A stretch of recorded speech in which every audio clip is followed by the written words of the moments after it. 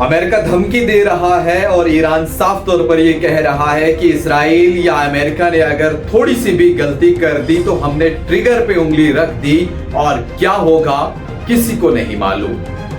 40 दिन से ज्यादा का वक्त इस जंग को हो गया जो मिडिल ईस्ट के अंदर इस वक्त तबाही देखने को मिल रही है इजराइल, अमेरिका और ईरान के बीच, जहां आज पूरी दुनिया में हाहाकार जो है वो मचा हुआ है। क्योंकि मिडिल ईस्ट की अगर ये जंग बंद नहीं हुई और इसी तरह ये जारी रहा और कहीं न कहीं आने वाले दिनों में बहुत बड़ी प्रॉब्लम बन सकती है। जंग का ये नया मैदान अब स्ट्रेट ऑफ हॉर्मुज़ बन चुका है, जहां पर अमेरिका अब ये कह रहा है कि मैं अपनी फोर्स वहां पर उतारूंगा, अपना कंट्रोल वहां पर रखूंगा और वहां से तमाम जगहों पर मैं शिप्स को भेजने का काम करूंगा जिन्हें ईरान ने रोक के रखा हुआ है। लेकिन ईरान हरगिज तैयार नहीं कि वहां वो स्ट्रेट ऑफ हॉर्मुज़ पर किसी को भी आने दे, वहां पर वो किसी को भी बैठने दे। और इसके चलते हमने देखा कि बीते 2 दिन पहले जब पाकिस्तान के अंदर बातचीत के लिए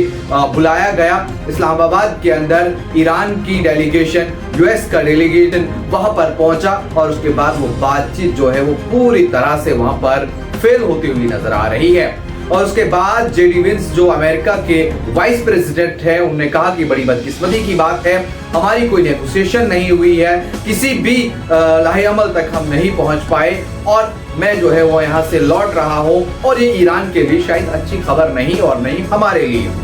अब इस पर मोटी मोटी 3 से 4 शर्तें ईरान ने रखी थी कि अमेरिका ये कहे कि जो उसने जंग की शुरुआत की थी उसका कंपनसेशन अमेरिका दे दे, जो वहां पर नुकसान हुआ। स्ट्रेट ऑफ हॉर्मुज़ पर फुल कंट्रोल जो है वो ईरान का रहेगा और उसके अलावा न्यूक्लियर जो ईरान बना रहा है उस पर कोई बातचीत नहीं होगी और उसके अलावा अमेरिका इस बात की गारंटी दे दे कि वहां पर कोई हमला आने वाले दिनों में नहीं होगा। इस बात की गारंटी अगर अमेरिका देता है हम बातचीत को आगे बढ़ाते हैं। लेकिन ऐसे में हमने देखा कि ये तमाम चीजें, ये तमाम बातें जो है वो इस पूरे पर्दे के ऊपर फेल नजर आई, कोई भी बात सामने नहीं आई। लेकिन अब आने वाले दिनों में क्या होगा अगर आलमी सतह पर इसी तरह का ये बहरान जो है वो देखने को मिलेगा। क्योंकि अगर अमेरिका वहां पर एंट्री करता है, स्ट्रेट ऑफ हॉर्मुज़ पर अपनी फोर्स बिठाता है, वो कहता है, लेकिन साथ ही ईरान भी जो पहले से ही वहां पर अपनी फोर्स रख रहा है और इस समय जो खबरें अब आ रही हैं वहां से ना तो साउथ कोरिया की तरफ, ना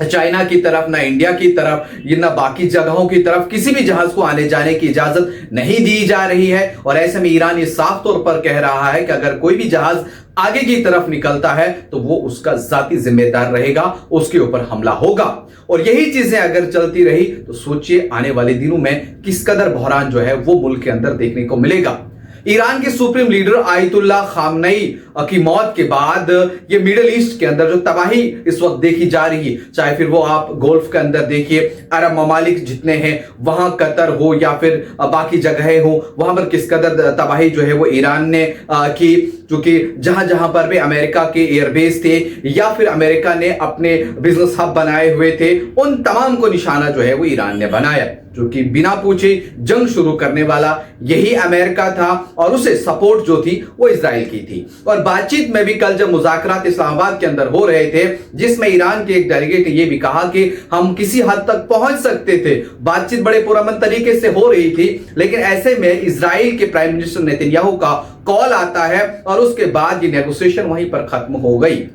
जो कि इस्राइल ये चाहता ही नहीं है कि इस युद्ध के बीच कोई आए और ये अमन माहिदा हो, क्योंकि इस्राइल का टारगेट इस्राइल बनना नहीं बल्कि ग्रेटर इस्राइल है, जिसके लिए अभी तक बहुत सारी प्रेडिक्शंस हुई हैं, बहुत सारी बातें हुई हैं और इस्राइल डायरेक्ट जो है वो लगातार लेबनान के ऊपर हमले करता हुआ नजर आ रहा है। लेकिन ऐसे में रूस का भी बड़ा बयान आया है। आप जानते हैं पिछले कई सालों से रूस और यूक्रेन की जंग भी जारी है, लेकिन इसमें रूस ये भी कह रहा है कि मैं भी अपना टेबल सजा लेता हूं, अगर दोनों ममालिक सामने आते हैं, बातचीत का कोई रास्ता खुलता है तो उन्हें रास्ते पे आना चाहिए, टेबल पे आना चाहिए और बातचीत करनी चाहिए ताकि ये जंग जो है वो रुक जाए। और कहीं ना कहीं कुछ एक्सपर्ट्स जो है उनका ये भी कहना है कि अमेरिका इस जंग को 3rd वर्ल्ड वॉर की तरफ धकेलता हुआ नजर आ रहा है, क्योंकि इससे पहले भी अमेरिका यही कारनामा कर चुका है जब उन्होंने हिरोशिमा और नागासाकी के ऊपर वो 2 बम जो है वो गिराए थे। और ऐसे में अभी कहा जा रहा है कि अगला नंबर ईरान का भी हो सकता है अगर ईरान बाज नहीं आता। लेकिन ईरान बिल्कुल भी न रुकने का, न झुकने का और न मानने का नाम जो है वो ले रहा है। अब ट्रंप के कई सारे ट्वीट, ट्रंप के कई सारे बयान, जिन्हें कई सारे बयानों को झूठा भी करार दिया जा रहा है, कई सारे बयानों को बौखलाहट का शिकार भी बोला जा रहा है। लेकिन अमेरिका बहुत ज्यादा नुकसान इसमें अभी तक अपना करा चुका है, और अगर ये जंग और ज्यादा बढ़ी तो नुकसान और भी देखने को मिलेगा। अब स्ट्रेट ऑफ हॉर्मज पर अमेरिका अपना कब्जा जमाएगा या ईरान अपना कब्जा जमाएगा, ये जंग कितनी चलेगी, क्योंकि 40 दिन से ज्यादा का वक्त इस जंग को हो चुका है। और अगर स्ट्रेट ऑफ हॉर्मज पर जल्दी ये जहाज ना एक जगह से दूसरी जगह भेजे गए तो इस एशिया के अंदर एक बड़ी जो है वो कहीं ना कहीं महंगाई की मार देखने को मिल सकती है, क्योंकि अगर तेल नहीं आया, गैस नहीं आए या फिर बाकी चीजें अगर नहीं आई तो सोचिए किस कदर और भी ज्यादा दिक्कतें आएंगी। आपका इसके ऊपर क्या कुछ सोच विचार है, आप क्या कहते हैं, आपकी सोच इस जंग को लेकर के क्या है? अमेरिका कहां खड़ा है, ईरान कहां खड़ा है, जो यूएन है या फिर जो बाकी बातें कर रहे हैं उनका इसमें क्या रोल होना चाहिए? कमेंट बॉक्स के जरिए आप जरूर अपनी राय दे सकते हैं।